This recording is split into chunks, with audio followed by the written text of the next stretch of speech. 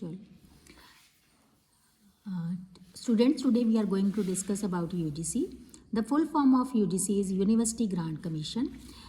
Beta, in 1944, a report called Sargent came, which recommended that there should be an advisory committee to recommend grants to university. So in 1945, UGC was established as an advisory committee. But later on, आपको पता है कि Radha Krishna commission आया in 1948. It recommended that there should be a body which look after the university education and higher education. So in 1956, UGC Act passed and UGC was given the responsibility to look after the university education and higher education. Now let us discuss what is the composition of UGC. There must be a chairman of UGC, then secretary and then 9 members जो हैं इसके executive committee में होते हैं. Now the numbers has been increased to 12 members. 9 members में से जो है इसमें से 3 vice chancellors, 2 government of India के पर्सन एंड 4 जो हैं वो एजुकेशनिस्ट होने चाहिए. सो 3 + 2 + 4 टोटल 9 मेंबर्स हैं. लेकिन अब ये बढ़ के जो एजुकेशनिस्ट है और गवर्नमेंट ऑफ इंडिया के मेंबर्स बढ़ा के इन्होंने 12 मेंबर्स कर दिया. यूजीसी का जो हेड ऑफिस है that is in New Delhi and there are 6 regional centres जो कि अलग अलग रीजन्स की एजुकेशन का ध्यान रखते हैं. They are in Bangalore, Bhopal, Guwahati, Hyderabad, Kolkata and Pune. Now let us discuss what are the sections of UGC.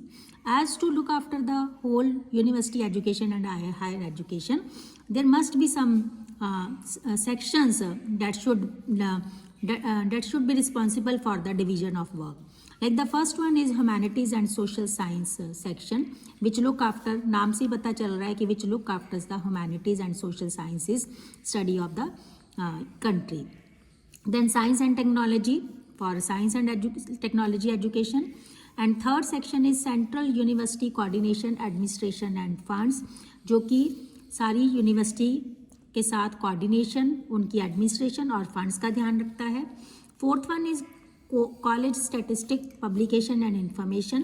College statistic का मतलब है कि जितने भी कॉलेजेस हैं, कितने कॉलेजेस हैं, उसमें गवर्नमेंट कॉलेजेस कितने हैं, प्राइवेट कॉलेजेस कितने हैं, एडेड कॉलेजेस कितने हैं, उनकी एनरोलमेंट क्या है, उनका रिपोर्ट क्या है, ये सारे स्ट्रक्चर ये वाला सेक्शन रखता है. फिर पब्लिकेशंस जो यूजीसी करता है, जर्नल्स, सर्वेज, वो भी ये सेक्शन करेगा. And information, if you want any kind of information about college then you can go to this section. And last one is summer institutes and salary scales.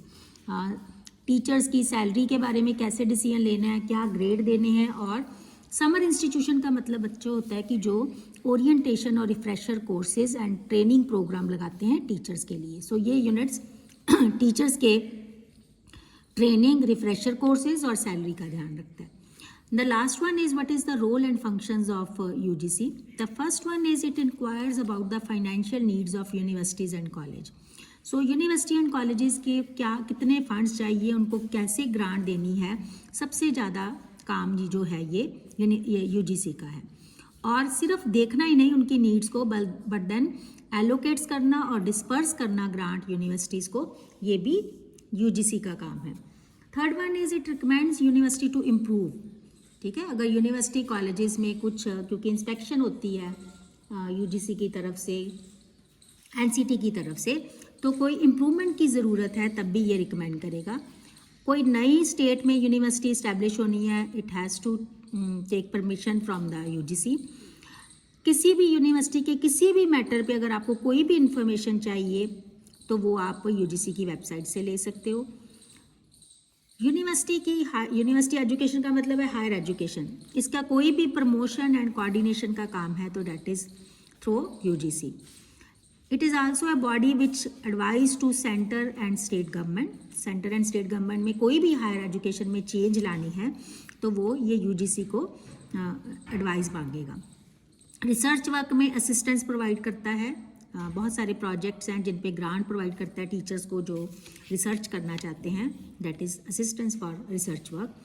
Teacher exchange, यहाँ से अगर बाहर teacher का कोई exchange programme ताकि वहाँ की university को देखे, इंटरनेशनल स्टडी करे, तो एक्सचेंज प्रोग्राम भी यूजीसी करता है.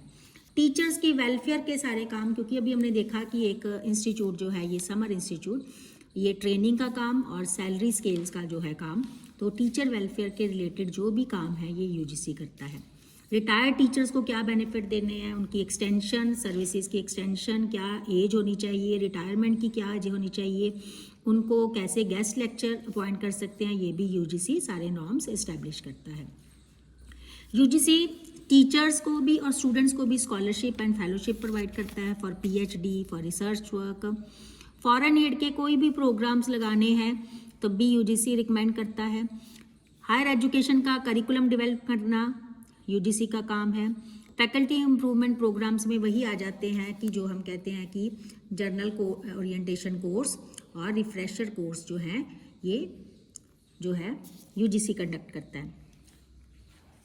कंट्री में हायर एजुकेशन का क्या स्टैंडर्ड होना चाहिए, कैसे उस स्टैंडर्ड को मेंटेन करना है, this is also responsibility of UGC. And कोई भी कॉलेज को ऑटोनमस कॉलेज का अगर हमने स्टेटस देना है तो यूजीसी जो है वो रिकमेंड करता है, इंस्पेक्शन करवाता है और उसको ऑटोनमस कॉलेज का मतलब है कि कॉलेज अपने सारे फैसले जो है वो खुद कर सकता है। सो ये सारी चीज़ें जो है यूजीसी के थ्रू होती हैं। So this is all about what is UGC, what is the composition, what are the sections and role and functions of UGC. Thank you.